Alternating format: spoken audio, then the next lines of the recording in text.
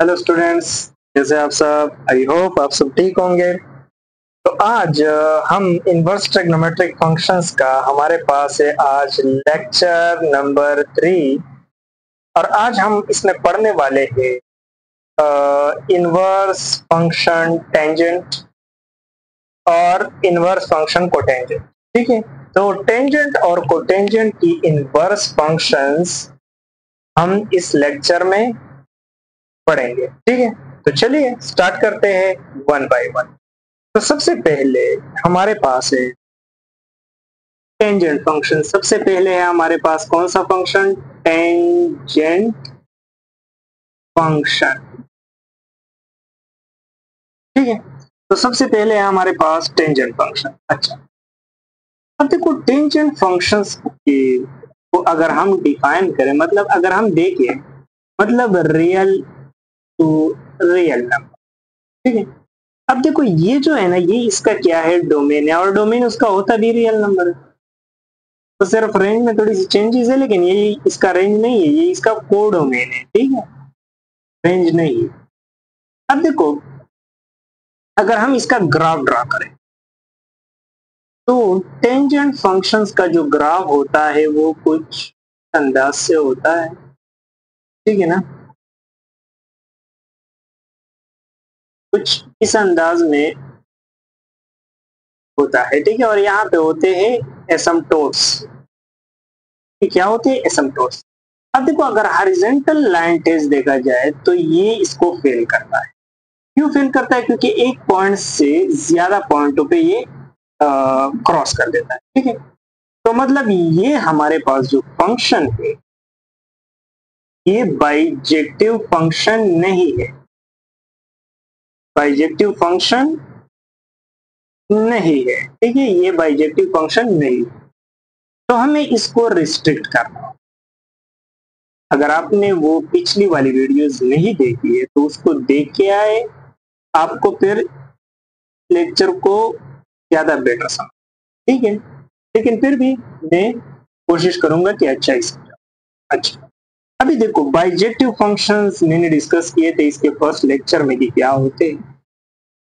अच्छा, अभी देखो बाइजेक्टिव फंक्शंस क्यों नहीं? क्योंकि ये हॉरिजॉन्टल लाइन टेस्ट को फेल करता है। ठीक है, तो इसको हम इसके डोमेन को क्या करेंगे? ये डोमेन और कोडोमेन, कोडोमेन को क्या करेंगे? स्पेसिफाई करेंगे। स्पेसिफाई, तो किस तरीके से स्पेसिफाई करेंगे देखते हैं। अब देखो अगर मैं इसको इस तरीके से स्पेसिफाई कर दूं पाई बाई टू, अब मैं इंक्लूड इस वजह से नहीं कर रहा हूं क्योंकि इस पे अनडिफाइंड होती है और इसको तो रियल नंबर ही रहने देते। अब क्या होगा? अब मैंने इसके डोमेन को रिस्ट्रिक्ट, और इसका कोडोमेन है या रेंज है वो तो रियल नंबर है। अच्छा, अभी देखो अब जब मैंने इसको रिस्ट्रिक्ट कर दिया, अब क्या ये अभी बाइजेक्टिव फंक्शन है कि नहीं है? हाँ, ये अभी बाइजेक्टिव फंक्शन है। तो देखते हैं, इसका ग्राफ स्केच करते हैं। अगर इसका ग्राफ हम स्केच कर ले तो ये हमारे पास है पाई बाई टू, और ये हमारे पास है माइनस पाई बाई।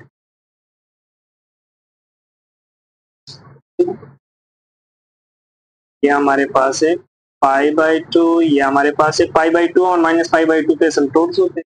तो देखो ये ग्राफ आता है।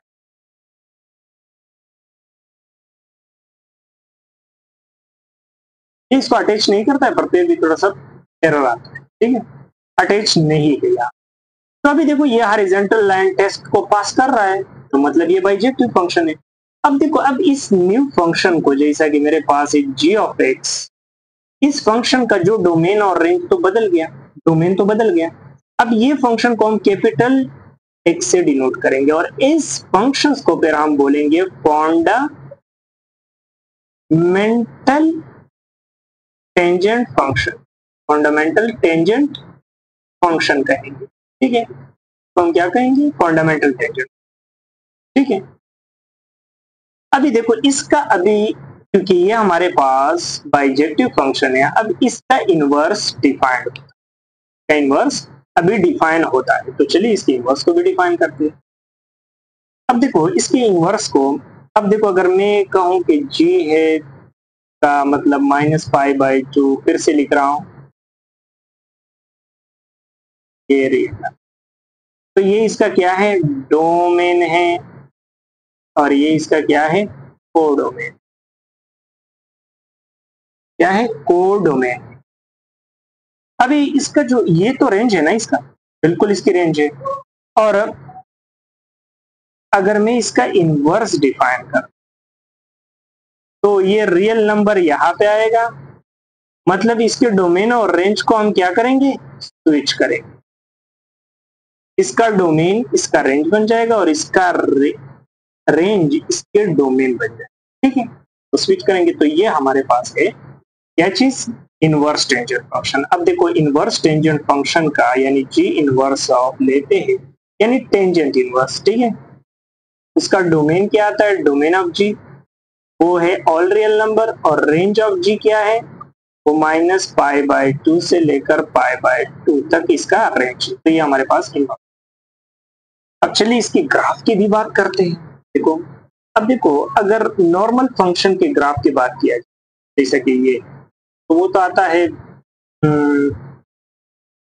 इस अंदाज से आता है, और यहाँ पे एसिम्पटोट्स भी होते हैं। अब देखो इसका मिरर इमेज लेंगे, तो इसका मिरर जो आता है वो कुछ इस अंदाज से आएगा।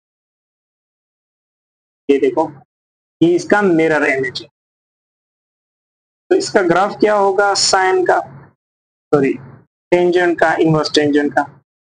तो यहाँ पे है π/2, क्योंकि इसके डोमेन और रेंज स्विच हो गए, और यहाँ पे -π/2, तो एसिम्पटोट अभी तो y एक्सिस पे आएंगे, क्योंकि अभी इसका ये रेंज बन गया है, और डोमेन तो ऑल रियल नंबर है, तो इसका ये ग्राफ होगा। देखो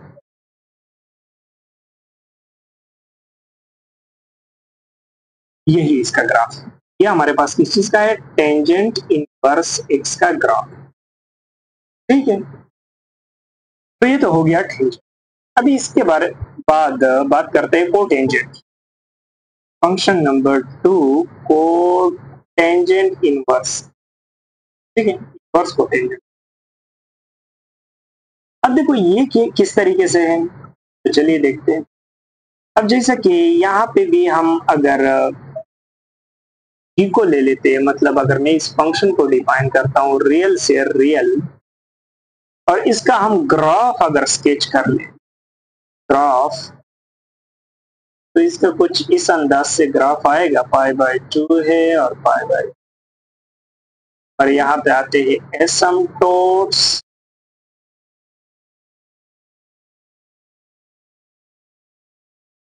ठीक है ना।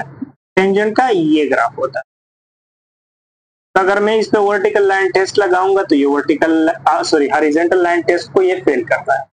तो जब हॉरिजॉन्टल लाइन टेस्ट को फेल करता है, तो इसका इनवर्स हम नहीं डिफाइन कर सकते। तो इसके लिए हमने क्या करना होगा, इसके डोमेन को स्पेसिफाई करना होगा। तो किस तरीके से स्पेसिफाई करेंगे, देखो g है 0 से लेकर पाई तक, ऑल रियल नंबर। अभी इसका डोमेन स्पेसिफाई हो गया, 0 से है रियल तक। तो इसका ग्राफ क्या होगा, देखो ग्राफ भी देख लेते हैं। ये है पाई, तो पाई पे आएगा एसिम्पटोट, और ये इसका क्या होगा, ग्राफ होगा, ठीक है, ये इसका ग्राफ होगा। अभी देखो ये हमारे पास अभी कौन सा फंक्शन बन गया है, इसको हम कैपिटल कोटेंजेंट एक्स से डिफाइन करेंगे, ठीक है, क्योंकि इसका डोमेन रिस्ट्रिक्ट हो गया है, तो कैपिटल सी से। तो ये बन गया फंडामेंटल कोटेंजेंट फंक्शन बन गया है, ठीक है, फंडामेंटल कोटेंजेंट फंक्शन बन। अब इसका इनवर्स क्या होगा, तो चलिए हम इसके इनवर्स को भी डिफाइन कर लेते हैं। इनवर्स फंक्शन, तो ये है हमारे पास 0 से लेकर पाई तक, जो फंडामेंटल है। तो इसका डोमेन क्या है, डोमेन ऑफ जी वो है हमारे पास 0 से लेकर पाई तक, और रेंज क्या है, रेंज ऑफ जी वो है ऑल रियल नंबर। अब इसका इनवर्स फंक्शन जो है, इनवर्स उसका डोमेन किस तरीके से हम करेंगे। अगर मैं जी के ऊपर इनवर्स लिख दूं तो ऑल रियल नंबर और 0 से लेकर पाई तक, ठीक है। तो इसके डोमेन और रेंज को हमने स्विच कर दिया, ठीक है। तो अभी इसका डोमेन क्या बन गया, डोमेन ऑफ जी इनवर्स वो बन गया ऑल रियल नंबर, और रेंज क्या बन गया, रेंज ऑफ जी इनवर्स वो बन गया 0 से लेकर पाई तक, ठीक। अब इसका ग्राफ क्या होगा, तो ग्राफ तो अगर मैं ड्रॉ कर दूं,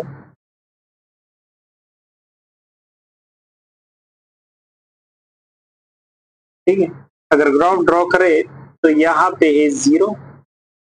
अब चूंकि इसका डोमेन स्विच हो गया और यहाँ पे पाई और यहाँ पे पाई बाई 2, ठीक है।